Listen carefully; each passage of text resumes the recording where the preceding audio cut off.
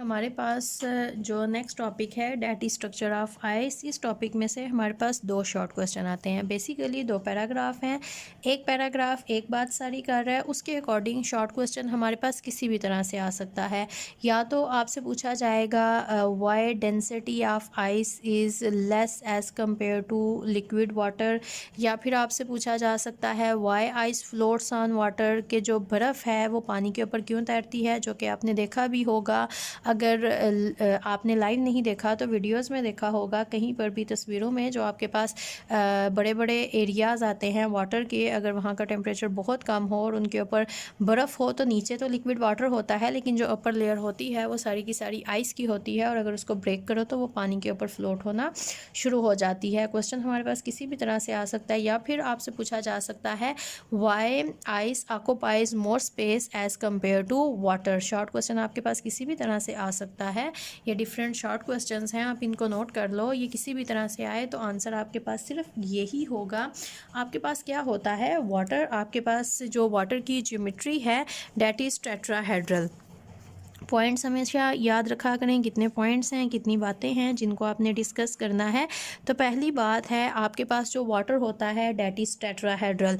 Tetra का मतलब होता है फोर, और हेड्रल मतलब के कॉर्नर्स, मतलब के इसके होते हैं फोर कॉर्नर्स। किस तरह से, यहाँ पर हमारे पास ऑक्सीजन है, actually this is tetrahedral geometry. अगर हम ड्रा करें तो ये हमारे पास टेट्राहेड्रल होती है, एंगल हमारे पास होता है 109.5। ये आप याद कर लें। टेट्राहेड, दीज आर फोर कॉर्नर्स। ये मैंने स्ट्रेट ड्रा किया है, थोड़ा सा इसको ऐसे टिल्टेड दिखाया जाता है because this is present at backward position. ये इस तरह से आते हैं, फ्रंट, ये राइट साइड, और ये हमारे पास पीछे की तरफ आता है। अब हमारे पास वाटर को अगर मैं ड्रा करूँ टेट्राहेड्रली तो होता क्या है, ये एग्जैक्ट इस तरह से टेट्राहेड्रल और 109 में एग्जिस्ट नहीं करता, क्योंकि वाटर के पास आ जाते हैं टू लोन पेयर्स। तो टू लोन पेयर्स को अरेंज किया जाता है इस तरह से अपर पोजीशन पे, और ऑक्सीजन जो कि हमारे पास इस तरह से आने चाहिए थे, और ये तीसरा यहाँ पर आना चाहिए था। लोन पेयर को बहुत ज़्यादा जगह देने के लिए लोन पेयर बहुत रिपल्शन काज करते हैं और स्ट्रक्चर को बहुत ज़्यादा अनस्टेबल करते हैं। तो स्ट्रक्चर को बैलेंस करने के लिए ये जो टेट्राहेड्रल है कि एक यहाँ पर और दूसरा यहाँ पर आएगा, तो ये यहाँ पर इस सारे एरिया में बहुत ज़्यादा रिपल्शन काज करने लग जाएगा। तो फिर हम क्या करते हैं, ये जो दो लोन पेयर्स हैं इनको यहाँ पर ऊपर की मैक्सिमम स्पेस देते हैं, और उसकी वजह से जो हमारे पास दो हाइड्रोजन होते हैं ये हमारे पास वी शेप आते हैं, और वाटर का जो स्ट्रक्चर होता है वो होता है वी शेप, कह सकते हो आप, इसको कह सकते हो bend. But although it is tetrahedral, थोड़े से डिफरेंस के साथ, तो वाटर जो हमारे पास होता है डेट इज़ टेट्राहेड्रल। और जब हमारे पास लिक्विड फॉर्म में एग्जिस्ट करता है तो इसका जो टेट्राहेड्रल स्ट्रक्चर है वो बहुत ज़्यादा इरेगुलर होता है, मतलब इसके बॉन्ड बनते हैं, ब्रेक होते हैं, और ये अपनी टेट्राहेड्रल शेप उतनी ज़्यादा मेंटेन नहीं करता, बहुत ज़्यादा उसमें फ्लक्चुएशन आती है। लेकिन जब टेम्परेचर हमारे पास बहुत ज़्यादा कम होना शुरू होता है और पानी अपनी सॉलिड स्टेट में आने लगता है, तो सॉलिड स्टेट का मतलब ही ये होता है कि बहुत ज़्यादा हमारे पास रेगुलर जियोमेट्री है। तो हमारे पास क्या होगा, पानी के जितने भी टेट्राहेड्रॉन्स हैं वो सारे के सारे प्रॉपर अरेंज होना शुरू हो जाएंगे। इस तरह से हमारे पास ऑक्सीजन, यहाँ पर हाइड्रोजन, यहाँ पर हाइड्रोजन, अब यहाँ पर हाइड्रोजन, ऑक्सीजन, ये जो हमारे पास शेप है ये सारे का सारा रेगुलर होना शुरू हो जाएगा। यहाँ पर जितनी हमारे पास इरेगुलरिटी थी वो ख़त्म होना शुरू हो जाएगी। यहाँ पर हाइड्रोजन, यहाँ पर हाइड्रोजन, ये सारे टेट्राहेड्रॉन्स जब हमारे पास अरेंज होते हैं तो फिर हमारे पास क्या होता है, अगर ये पहले इरेगुलर थे, सारी हमारे पास हाइड्रोजन बॉन्डिंग है यहाँ पर इनके बीच में, हमारे पास होगा क्या, अब पहले लिक्विड स्टेट में टेट्राहेड्रॉन इतने ज़्यादा अरेंज नहीं थे। जब सॉलिड स्टेट में प्रॉपर अरेंज होना शुरू हो जाएंगे तो फिर क्या होगा, इनके दरमियान खाली जगह आने लग जाएंगी। दिस इज़ लाइक अगर आप एक रूम में सारे स्टूडेंट्स को इकट्ठे खड़ा कर दो तो बहुत से स्टूडेंट एक रूम में आ जाएंगे। लेकिन अब अगर आपने टेस्ट लेना है तो आप प्रॉपर वहाँ पर अरेंजमेंट शुरू करते हो, एक फ़िक्स डिस्टेंस पे एक फिक्स्ड गैप के साथ स्टूडेंट्स को बैठाना शुरू करो करोगे तो फिर आपके पास क्या होगा, बहुत कम स्टूडेंट एक रूम में आएंगे, सिर्फ एक फिक्स्ड क्वांटिटी होगी जो कि वहाँ पर एडजस्ट हो सकेगी। जब आपने उनको अरेंज किया, आपने उनको रेगुलराइज किया, तो फिर आपके पास पहले से ज़्यादा जगह लेंगे कम स्टूडेंट। तो यही होता है वाटर मॉलिक्यूल के साथ। जब यहाँ पर लिक्विड से सॉलिड में कन्वर्ट होता है तो पहले तो टेट्राहेड्रल इतने रेगुलर नहीं थे, जब उन्होंने प्रॉपर अपनी फिक्स जगहों पे आना शुरू किया तो फिर हमारे पास इनके दरमियान एम्प्टी स्पेसेस क्रिएटेड होंगी, ये पहले से ज़्यादा जगह लेंगे। तो पहले से ज़्यादा कितनी लेते हैं, जो हमारे पास आइस होती है वो as compared to liquid water 9% more space लेती है। और हमारे पास क्या होता है, जब इनके दरमियान एम्प्टी स्पेसेस आती हैं तो उन एम्प्टी स्पेसेस की वजह से जो आइस होती है उनकी डेंसिटी कम हो जाती है। डेंसिटी डिक्रीज किसकी कम होती है, दिस इज़ अबाउट आइस। 9% ज़्यादा जगह लेती है और इसकी डेंसिटी कम हो जाती है। और हमें पता है अकॉर्डिंग टू डेंसिटी, जो हाई डेंसिटी होती है they attain lower position and less densers हमारे पास अपर लेयर में आते हैं। तो जो आइस है वो हमारे पास पानी के ऊपर आ जाएगी और अपनी डेंसिटी कम होने की वजह से पानी के ऊपर फ्लोट करना शुरू कर देगी। तो जो टोटल आपने चीज़ें डिस्कस करनी है, पहले टेट्राहेड्रल, फिर उसके बाद आपने स्ट्रक्चर ड्रा करके दिखाना है, फिर आपने बताना है 9% मोर स्पेस लेगी, एंड फोर्थ पॉइंट कि इसकी डेंसिटी हो जाएगी कम। तो आपके पास शॉर्ट क्वेश्चन किसी भी तरह से आ जाए, वो पूछें कि why ice floats on water, या पूछें why ice occupies more space as compared to water, किसी भी तरह से आपके पास क्वेश्चन आ जाए तो ये 4 पॉइंट्स हैं जो आपने आंसर में डिस्कस करने ही करने हैं। They are related to one another. अगर आप किसी को मिस करोगे तो आपकी बात हो जाएगी इनकम्प्लीट। नेक्स्ट आपके पास शॉर्ट क्वेश्चन आता है, that is in a very cold winter the fish in garden pond owe their lives to the hydrogen bonding. मतलब जब हमारे पास मौसम बहुत ज़्यादा ठंडा हो जाता है तो जो पॉन्ड में या कहीं पर भी हमारे पास फिशेस होती हैं वो सरवाइव करती हैं पानी के अंदर ड्यू टू हाइड्रोजन बॉन्डिंग। तो आपने इस बात को जस्टिफाई करना है, जिसका आंसर आपके पास गिवन है बुक में इसका प्रॉपर आंसर उन्होंने लिखा है, that is the low density of ice and liquid water at 0 degree Celsius causes water in pond and lake to freeze from surface to the downward direction. Surface to the downward direction का मतलब है कि अगर आप घरों में भी कभी बर्फ़ बनने के लिए रखो और थोड़ी देर के बाद उसको निकाल लो तो आप देखोगे कि जो अपर लेयर है वहाँ पर तो आपके पास आइस बन गई होगी, लेकिन उसके नीचे सारे का सारा वाटर होगा। मतलब जब बर्फ़ बननी शुरू होती है तो बर्फ़ अपवर्ड डायरेक्शन से डाउनवर्ड डायरेक्शन में जाती है। पहले जो आपके पास सरफेस के ऊपर पानी होता है वो बर्फ़ बनेगी, फिर उसके बाद जो बर्फ़ है वो आपके पास जो डाउनवर्ड नीचे बॉटम में पानी प्रेजेंट है वहाँ पर आपके पास बनेगी। Water retain the temperature of 4 degree Celsius by the fall of temperature in the surrounding. As the outer atmosphere become further cold the water at the surface become less dense. This less dense water below 4 degrees Celsius stay on the top of the slightly warm water underneath. A stage reaches when it freezes. This layer of ice insulate the water underneath for further heat loss. Fish and plants survive under this blanket of the ice for a month. अब यहाँ पर सारे paragraph में उन्होंने आपको जो बात बताई है, डेट इज़ जब सराउंडिंग में टेम्परेचर बहुत ज़्यादा कम होना शुरू होता है तो बर्फ़ की डायरेक्शन होती है, पहले अपर सारी लेयर ने बर्फ़ बनना है, फिर उसके बाद डाउनवर्ड जो पानी है उसने बॉटम में जो है उसने बर्फ़ बनना है। तो होता क्या है, जब हमारे पास टेम्परेचर 4 डिग्री सेल्सियस से भी कम होना शुरू होता है तो जो हमारे पास अपर लेयर होती है वो सारी की सारी बर्फ़ बनना शुरू हो जाती है। और बर्फ़ किस तरह से बनती है, इससे पहले के लास्ट शॉर्ट क्वेश्चन में हमने डिस्कस किया कि टेट्राहेड्रॉन सारे अरेंज होंगे, फिक्स पोजिशंस पे आ जाएंगे, स्ट्रॉन्ग एक दूसरे के साथ फोर्स और बॉन्ड डिवेलप करेंगे और 9% मोर स्पेस ऑक्यूपाई करेंगे और डेंसिटी उनकी हो जाएगी कम। और अब हमारे पास ये जो ऊपर बर्फ़ होती है ये टोटली वर्क करती है as an insulator for this decrease in temperature. अब हमारे पास क्या होता है, जो बर्फ़ है वो इन्वायरमेंट में टेम्परेचर जितना भी कम हो टोटली इंसुलेटर के तौर पे एक्ट करेगी और बाहर के इन्वायरमेंट के बहुत कम टेम्परेचर को जो नीचे का पानी है वहाँ तक जाने नहीं देगी। जो बर्फ़ है वो टोटली जो नीचे का पानी है वहाँ की हीट को प्रोटेक्ट करेगी, कम नहीं होने देगी, टेम्परेचर पानी का मेंटेन करेगी, इंसुलेटर के तौर पे एक्ट करेगी। और बर्फ़ के नीचे का जो हमारे पास पानी होगा उसका टेम्परेचर वही होगा कि जो नॉर्मल एटमॉस्फेयर में एग्जिस्ट करता है और जितनी भी फ़िश और प्लांट हैं वो सारी की सारी ईजीली वहाँ पर सर्वाइव करेंगी। नेक्स्ट हमारे पास आ जाता है short question, that is cleansing action of soaps and detergents, कि किस तरह से हमारे पास क्लिनजिंग एक्शन होता है। द पॉइंट इज़ कि हाइड्रोजन बॉन्डिंग का इसमें हमारे पास रोल क्या आता है। तो हमारे पास जो सोप्स होते हैं वो हमारे पास इस तरह से एग्जिस्ट करते हैं कि उनके दो पार्ट्स होते हैं, एक हमारे पास होता है पोलर और दूसरा हमारे पास होता है नॉन पोलर। पोलर एंड पे हमारे पास पोल्स प्रेजेंट होंगे और जो नॉन पोलर होते हैं वो ज़्यादातर हमारे पास या तो होते हैं अल्काइल, अल्काइल मतलब कि हमारे पास होते हैं आर ग्रुप जो कि अल्केन से डिराइव किए जाते हैं, या फिर वो हमारे पास होते हैं बेंजाइल जो कि C6H6 मतलब कि बेंजीन से किए जाते हैं ड्राइव।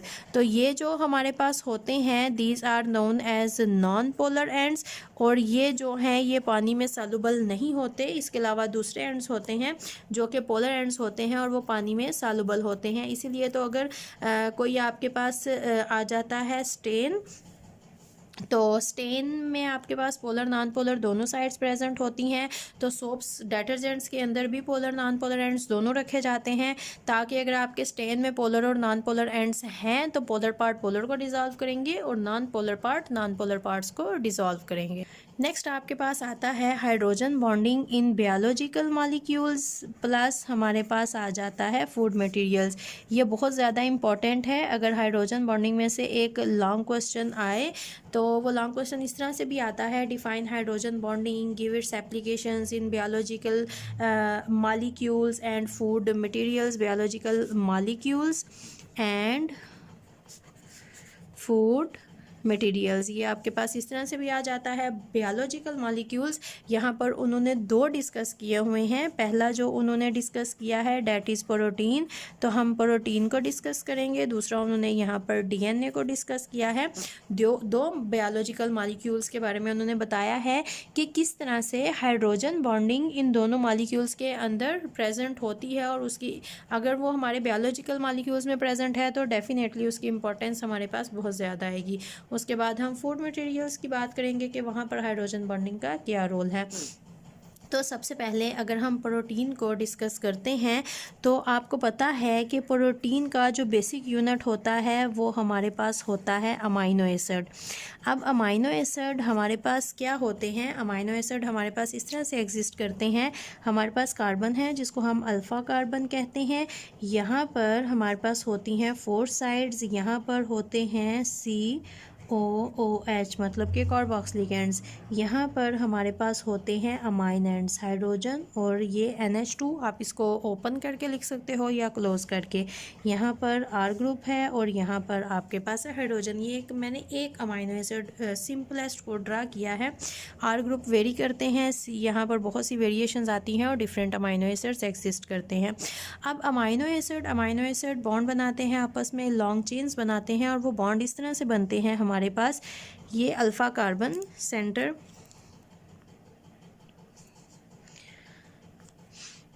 और हमारे पास यहाँ पर है कार्बोक्सिलिक ग्रुप, यहाँ पर है हमारे पास अमाइन ग्रुप और R और H। अब हमारे पास होता क्या है, ये जो हमारे पास कार्बोक्सिलिक का OH है और अमाइन का H होता है, यहाँ पर एक वाटर मॉलिक्यूल यहाँ से हो जाएगा रिमूव, H2O यहाँ से रिमूव होता है, और हमारे पास होता क्या है, कार्बन और नाइट्रोजन का आपस में बन जाता है डायरेक्ट बॉन्ड। इस तरह से जो अमाइनो एसिड्स होते हैं वो आपस में बनाते हैं बॉन्ड, और ये आपको इसलिए से यहाँ पर ओपन करके दिखाया है बिकॉज हमने प्रोटीन को डिस्कस करना है। तो प्रोटीन हमारे पास हमेशा एग्जिस्ट करती है इन द फॉर्म ऑफ हिलिक्स। अब हिलिक्स हमारे पास क्या होते हैं, हिलिक्स स्पाइरल की अगर हम बात करें, स्पाइरल शेप का होता है, स्प्रिंग की तरह का होता है देखने में। और ये जो स्पाइरल शेप है ये एक्चुअली क्या है, ये जो मैंने चेन ड्रा की है ना, अगर आप इसको उठाओ और यहाँ पर रखो तो समझें कि आपके पास ये ऐसे चेन ही है, ये वाली लॉन्ग चेन्स हैं। इनको अगर आप इस तरह से स्पाइरल की फॉर्म में रखो तो ये लॉन्ग चेन इस तरह से यहाँ पर मूव कर रही हैं। अब यहाँ पर हाइड्रोजन बॉन्डिंग का रोल क्या है, तो अब मैं क्या करूँगी, यहाँ पर ये जो एरिया है ये वाली चेन उठा के यहाँ पर मैं प्लेस कर दूँगी, और फिर हम देखेंगे कि हाइड्रोजन बॉन्डिंग किस तरह से इफ़ेक्ट करती है स्ट्रक्चर्स। ये एक मैंने हिलिक्स ड्रा किया है। स्पाइरल हिलिक्स हमारे पास दो तरह के होते हैं, एक को हम राइट हैंडेड कहते हैं, दूसरे को हम लेफ़्ट हैंडेड कहते हैं। ये वाला हिलिक्स मैंने आपके सामने राइट हैंडेड ड्रा किया है। और अगर मैं आपको दिखाऊं, यहाँ पर एक अमाइनो एसिड जो हमारे पास होता है, दिस इज़ कार्बन। एक तरफ C डबल बॉन्ड O हमारे पास OH होता है, दूसरी तरफ हमारे पास NH इस तरह से होता है। और जब बॉन्ड बनता है तो ये वाला OH और ये वाला हाइड्रोजन आपस में बॉन्ड बना के ख़त्म हो जाते हैं, और यहाँ पर हमारे पास R ग्रुप और H ग्रुप होते हैं। तो इनकी इन्वॉल्वमेंट नहीं है, तो हमने इसको सिंप्लीफाइड करने के लिए इसको ड्रा नहीं किया। तो बेसिकली हमने सिर्फ और सिर्फ इस स्केलेटन को लिया है और यहाँ पर ड्रा किया है। अगर आप चाहो तो R और H ग्रुप लगा लो, लेकिन ये OH और H यहाँ से ख़त्म हो जाएंगे। ये देखें, ये NH2 था, ये NH रह गया है। एक हाइड्रोजन यहाँ पर बॉन्ड फॉर्मेशन में, वाटर मॉलिक्यूल बनाने में ख़त्म हो गया। अब साथ में बॉन्ड इसने NH ने यहाँ पर एक C डबल बॉन्ड O के साथ बनाया, कार्बोक्सिलिक। बेसिकली यहाँ से वाटर मॉलिक्यूल निकला है और ये मेरे पास है अल्फ़ा। अगर इसके ऊपर मैं R और लगाऊं H, ताकि आपको पता चले कि अल्फ़ा कार्बन कौन सी है। और यहाँ पर हमारे पास अल्फ़ा कार्बन है ये वाली, और यहाँ पर अल्फ़ा कार्बन है ये वाली। This is central alpha carbon. यहाँ पर अमाइन ग्रुप है, यहाँ पर कार्बोक्सिलिक ग्रुप है। अब यहाँ पर देखें, इस तरह से दोबारा अमाइन ग्रुप ने कार्बोक्सिलिक के साथ बॉन्ड बनाया है। जो चेन आपको मैंने बना के दिखाई दो मॉलिक्यूल्स की, अगर आप वो ड्रा करो, प्रैक्टिस करो, तो फिर आपको ये देखने में आसान लगेगा। और होता क्या है आपके पास, अब ये देखें, ये जो हमारे पास कार्बोक्सिलिक है और ये दूसरा अमाइन है, ये देखें, this is partial negative, this is partial positive. ये आपस में फोर्स डेवलप करेंगे, पार्शियल नेगेटिव, पार्शियल पॉजिटिव। और यहाँ पर ये हाइड्रोजन बॉन्डिंग आपस में डेवलप करेंगे। एक्चुअली द पॉइंट इज़, ये जो हिलिक्स बनते हैं, ये जो शेप इनकी बनती है due to this hydrogen bonding, ये इनकी शेप यहाँ पर मेंटेन करती है। ये हिलिक्स को हिलिक्स बनाते हैं हाइड्रोजन बॉन्ड, और हिलिक्स की फॉर्म मेंटेन करवाते हैं हाइड्रोजन बॉन्ड। अगर यहाँ से इन हाइड्रोजन बॉन्ड्स को तोड़ दिया जाए तो ये जो हिलिक्स है ये खुल के हमारे पास स्ट्रेट चेन की शेप में आ जाएगा। तो हमारे पास ये जो कार्बोक्सिलिक का O होता है, डेट इज़ पार्शियल नेगेटिव, और अमाइन का हाइड्रोजन होता है, डेट इज़ पार्शियल पॉजिटिव। तो क्या करते हैं, ये आपस में यहाँ पर हाइड्रोजन बॉन्डिंग करते हैं develop. This is importance of hydrogen bonding in proteins. अगर अब हम DNA की बात करें तो DNA हमारे पास एग्जिस्ट करता है डबल हिलिक्स की फॉर्म में। एक हिलिक्स हमारे पास आता है इस तरह से, और दूसरा हिलिक्स हमारे पास आता है इस तरह से। अब हमारे पास क्या होता है, अगर आप इसको 5-2 कहते हो 3, और इसको आप कहते हो 3-5, ये आपके पास DNA है, डीऑक्सी राइबो न्यूक्लिक एसिड। तो ये साइड पे आपके पास शुगर्स और आ जाते हैं फॉस्फेट ग्रुप। सेंटर में आपके पास होती हैं 4 होती हैं nitrogenous bases, adenine, thymine, cytosine and guanine. अब जो हमारे पास बॉन्ड बनता है वो एडिनिन और थाइमीन का बनता है आपस में, साइटोसिन हमेशा बॉन्ड बनाती है गुआनिन के साथ। तो ये हमारे पास 4 होती हैं नाइट्रोजन बेसिस। अब हमारे पास होता क्या है, अगर ये एंड है और यहाँ पर A और C प्रेजेंट हैं, A और C प्रेजेंट हैं इस तरह से, तो यहाँ पर थाइमीन और G होंगे, इस तरह से थाइमीन और G होंगे, और ये स्ट्रेट एग्जिस्ट करेगा। लेकिन होता क्या है, इनके दरमियान में होते हैं 2 हाइड्रोजन बॉन्ड्स, इनके दरमियान में होते हैं 3 हाइड्रोजन बॉन्ड। इसी तरह से एडिनिन, थाइमीन, इनके दरमियान 2 हाइड्रोजन बॉन्ड होते हैं, और साइटोसिन और गुआनिन के दरमियान होते हैं 3 हाइड्रोजन बॉन्ड। और ये जो इनकी डबल हिलिक्स शेप होती है, इसको मेंटेन हाइड्रोजन बॉन्ड ही करवाते हैं। अगर हाइड्रोजन बॉन्ड यहाँ से हमारे पास टूट जाए तो फिर ये जो DNA का हिलिक्स है ये टोटली हमारे पास ब्रेक हो जाएगा। ये इस डबल हिलिक्स की फॉर्म में हमारे पास कभी भी एग्जिस्ट नहीं करेगा। हाइड्रोजन बॉन्ड होते हैं जो कि इनको यहाँ पर एक दूसरे के साथ अटैच करते हैं और इस शेप को करवाते हैं मेंटेन। इसी तरह से हमारे पास नीचे सारा आता जाएगा। 2 हाइड्रोजन बॉन्ड होते हैं एडिनिन और थाइमीन के दरमियान, और 3 होते हैं साइटोसिन और गुआनिन के दरमियान में। तो DNA is the most important thing in our body. ये हमारे पास एक जेनेटिक मटेरियल के तौर पे आता है, एक्ट करता है। और अगर यहाँ पर हाइड्रोजन बॉन्ड प्रेजेंट है तो that's you can say how hydrogen bonding is important in our life. और जो हमारे पास यहाँ पर इनका डायमीटर होता है, that is from 18 to 20 angstrom. उसके बाद हमारे पास आ जाता है फूड मटेरियल। फूड मटेरियल जो बहुत ज़्यादा हम यूज़ करते हैं, हमारी बॉडी में सबसे ज़्यादा ज़रूरत होती है ग्लूकोज़ की। आप जब भी खाना लेते हो उसको ब्रेक किया जाता है ग्लूकोज़ में। अगर आप बात करते हो फ्रुक्टोज़ की, अगर आप बात करते हो सुक्रोज़ की, जो कि सुक्रोज़ आपकी टेबल शुगर है, अगर आप इनकी बात करो और ग्लूकोज़ को ही मैं यहाँ पर लिखूँ, glucose you know is C6H12O6। अगर हम इसको ड्रा करें 1 2 3 4 5 6 यहाँ पर लिख लें, तो ये हमारे पास होता है CH2OH, OH OH H H OH H and OH and this is CH2OH। इस तरह से हमारे पास आता है ग्लूकोज का स्ट्रक्चर। ये जो सारे यहाँ पर OH एंड्स प्रेजेंट होते हैं, ये सारे OH एंड्स डिवेलप करते हैं हाइड्रोजन बॉन्डिंग। और हमारे पास जितने भी फूड मटेरियल्स हैं, बहुत ज़्यादा इंपॉर्टेंट कार्बोहाइड्रेट्स जो हम यूज़ करते हैं, वहाँ पर OH ग्रुप प्रेजेंट होते हैं। Actually they are also derivatives of water, तो वहाँ पर OH ग्रुप प्रेजेंट होते हैं हमारे पास। और they are the most important food material जो हम यूज़ करते हैं। अमाइनो एसिड्स जो हम यूज़ करते हैं, प्रोटीन, वहाँ पर भी हमारे पास OH ग्रुप होते हैं और हाइड्रोजन बॉन्डिंग वहाँ पर प्रेजेंट होती है। And this is the importance of hydrogen bonding in our food. उसके बाद last one short question is hydrogen bonding in paints, dyes and textile materials. तो हमारे पास बुक में उन्होंने हमें बताया है, this is one of the most important properties of paints and dyes is their adhesive action. Adhesive होता है किसी सरफेस के ऊपर चिमटना। This property is develop due to hydrogen bonding. Similar type of hydrogen bonding make glue and honey as sticky substances. इनकी properties होती है कि हाइड्रोजन बॉन्डिंग डिवेलप करते हैं और इसी वजह से किसी भी सरफेस के ऊपर चिपक जाते हैं। जब आप पेंट्स को अप्लाई करते हो दीवारों पे या आपके मेटल मटेरियल पे, तो हाइड्रोजन बॉन्डिंग डिवेलप करते हैं और वहाँ पर अटैच हो जाते हैं। उसके बाद है वो यूज़ कॉटन, सिल्क और synthetic fibre for clothing. Hydrogen bonding is of vital importance in the thread making materials, क्योंकि हाइड्रोजन बॉन्डिंग होता है जो कि उनको आपस में अटैच करता है, एज जैसे कि हिलिक्स को यहाँ पर एक दूसरे के साथ अटैच किया है। This hydrogen bonding is responsible for their rigidity and tensile strength. This was all about hydrogen bonding. हमारा हो गया कंप्लीट। उसके बाद एक्सरसाइज में है question number 4, what type of intermolecular forces will dominate in the following liquid. मतलब कि नीचे आपके पास 5 लिक्विड्स के पेयर गिवन है, दो लिक्विड गिवन है, या उन्होंने आगे लिक्विड एक ही दिया है, सिर्फ उन्होंने आगे फार्मूलाज लिखे हैं। आपके पास यहाँ पर 5 टाइप के उन्होंने लिक्विड दिए हुए हैं, उन्होंने नेम भी लिखा है, साथ फार्मूला भी दिया हुआ है। तो आपने इनको देखना है और सिर्फ बताना है कि कौन सी इंटरमॉलिक्यूलर फोर्स प्रेजेंट होगी। पहला आपके पास अमोनिया है। अमोनिया को जैसे हमने अभी डिस्कस किया हाइड्रोजन बॉन्डिंग में, तो यहाँ पर हमारे पास आ जाएगी हाइड्रोजन बॉन्डिंग। अब उसके बाद आपके पास आता है ऑक्टेन। ऑक्टेन आपके पास एक प्योरली नॉन पोलर कंपाउंड आता है, ये अल्केन सीरीज़ में से आता है। तो अगर हमारे पास टोटली नॉन पोलर मॉलिक्यूल्स होते हैं, तो वहाँ पर जो हमारे पास फोर्स ऑफ अट्रैक्शन होती है, that is London dispersion force.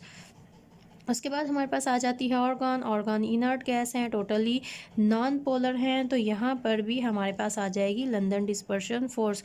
उसके बाद हमारे पास प्रोपेनोन है, तो प्रोपेनोन में आप डाइपल फोर्स कह सकते हो, बिकॉज यहाँ पर partial negative partial positive oxygen, जिस तरह से अगर एसीटोन आप ड्रा करोगे तो देखोगे कि वहाँ पर आपके पास डाइपल फोर्स बनेगी पार्शियल चार्जेस की वजह से। उसके बाद अगर आप मेथानॉल को देखते हो, तो वहाँ पर आपके पास होगी हाइड्रोजन बॉन्डिंग। अब ये तो मैंने आपको बता दिया, अब आप इनको ड्रा करोगे, प्रॉपर देखोगे कि जो फोर्सेस मैंने बताई हैं वो ही एग्जिस्ट करती हैं, या फिर अगर इनमें कोई चेंज है जो आपने स्टडी किया है, तो जब हमारी जूम क्लास होगी उसमें हम इसको करेंगे डिस्कस। उसके बाद हमारे पास बी पार्ट है, that is propanol and butane. उन्होंने नीचे कहा है very similar relative molecular message, list them in the expected order of increasing boiling point. अब आपने जब देखना है कि यहाँ पर कौन सी इंटरमॉलिक्यूलर फोर्स है, यहाँ पर कौन सी है और यहाँ पर कौन सी है, तो आपने जिस तरह से मैंने आपको मीथेन, अमोनिया, वाटर, HF लिख के दिखाए थे और बताया था कि किस तरह से इनमें बॉइलिंग पॉइंट इंक्रीज़ करेंगे, तो वैसे ही आपने यहाँ पर इंक्रीजिंग ऑर्डर में लिख लें, डिक्रीजिंग में लिख लें, आपकी अपनी मर्ज़ी है। तो सबसे कम बॉइलिंग पॉइंट होगा ब्यूटेन का, because it is non polar, totally non polar. और यहाँ पर आपके पास आ जाएगी लंदन डिस्पर्शन फोर्स। देन आपके पास आ जाएगा प्रोपेनॉन, ये डाइपोल डाइपोल डिवेलप करेगा। और देन प्रोपेनॉल आएगा बिकॉज ये हाइड्रोजन बॉन्डिंग डिवेलप करेगा।